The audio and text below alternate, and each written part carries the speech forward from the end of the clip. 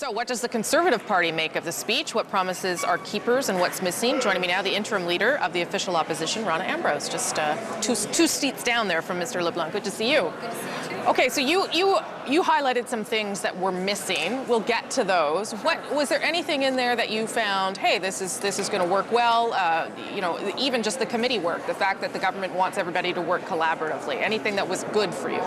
Well, what stood out for me that was a positive was a commitment to working on ending violence against women on the area of domestic abuse. And that's an area that, of course, I told the Justice Minister right away, I'm with you. If you need my support, you know, tell me what your plans are. I don't know what what the Liberals' plans are, but if they're planning on bringing forward tough legislation in the area, then absolutely, I'm looking forward to seeing what that is, and I hope to be able to work collaboratively with them on it. Okay, so let's get into the stuff that you felt was missing. You in your scrum after talked namely about ISIS. Why did you think it was important to mention ISIS? I mean, they do talk about you know, the security and military components around that. Why did you think it was important to mention them by name? Well, I think if you can't mention the actual threat, you can't name the threat, then I worry about how serious you are about, you know, how seriously you take the threat.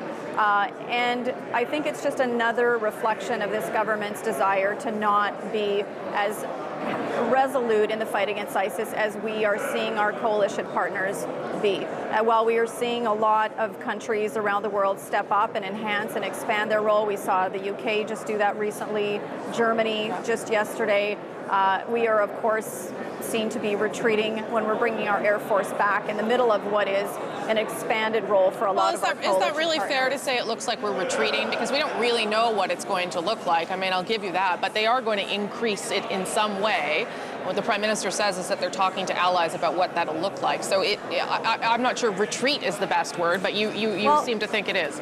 You know, I think the signal that we send when we say, look, Beirut was just attacked, Paris was just attacked, things are changing, other countries are expanding and enhancing their role, but we are going to continue to stand by our election commitment and withdraw CF-18s. I would have hoped that at that moment, Mr. Trudeau would have said, we stand shoulder to shoulder with our allies, we're going to continue with our mission, both in training and with our Air Force, and we'll reassess things as we move along. But right now we have to continue with this commitment. And that didn't happen, so I was disappointed. But frankly, Rosemary, the larger overarching issue about the speech from the throne really is the economy. And of course, the Conservative Party and the Liberal Party have different philosophical views. Sure. You know, one believes in smaller government, one believes in larger government. So it's no surprise that this was all about big government. But I was surprised the lack of even a mention of the private sector.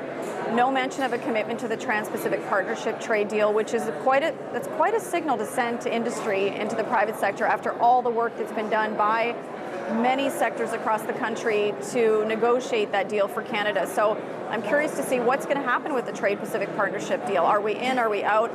No mention of the agriculture sector, no mention of the auto sector, no mention of the energy sector. I mean, I could go on and on. There's no mention of the role of industry or the role of the private sector or the role of business. It was really a plan for government.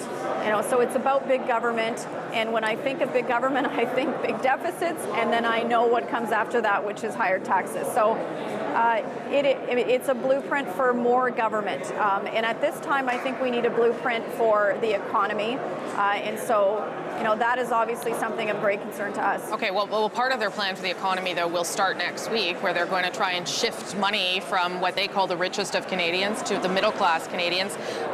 How will you guys approach that Ways and Means motion? Because as you heard there from the House Leader, they want that through next week. They want that change to be effective January 1st. Sure, but what's disappointing about that is we won't actually get a chance to debate what else is happening in that same Ways and Means motion. And the other thing that's happening is that they're going to cut back what Canadians can invest in their tax-free savings account. And you know, I don't think people should be fooled by this notion of a middle-class tax cut when there's so many other things that are going to be missing. So you can't invest in your tax-free savings account as much. You're not going to be able to you know, receive a child care benefit. And let's remember that middle-class tax cut only benefits the upper part of the middle class and not the lower part of the middle class who needs it a lot. And I think it's just that the concern there is about looking like you're giving with one hand and taking away with the other. So I don't think we should be fooled that this is the big tax cut bonanza that the government is saying it is.